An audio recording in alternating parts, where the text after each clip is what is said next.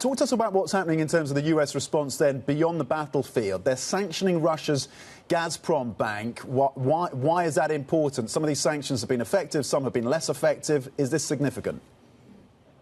Yeah, it seems like another step for Joe Biden as he sort of exits the White House to try to ramp up the pressure on Russia. One of these sort of very strange, kind of perverse features of this war is that you have a situation where you have the Europeans still buying Russian gas that flows through Ukraine into Europe. So basically the dynamic is Europe pays Russia for gas, Russia pays Ukraine transit fees so that the gas goes into Europe. Now, in order to make those payments, they have to go through a large bank. Gazprombank is the last bank that has not been sanctioned by the United States, and we understand that that now is changing. That could put pressure on European gas prices. You can see it there. It's been up about 20% this month. That being said, this cannot come as a shock to anybody. We're almost 3 years into this war. Fossil fuels have been at the exact center of it since the very beginning. Now, there's a lot more sort of storage capacity here in Europe. My first assignment in Germany was going to the North Coast, where they brought in a floating regasification unit, which basically converts LNG into gas, and that is basically what now Germany can do and could not do 2 years ago.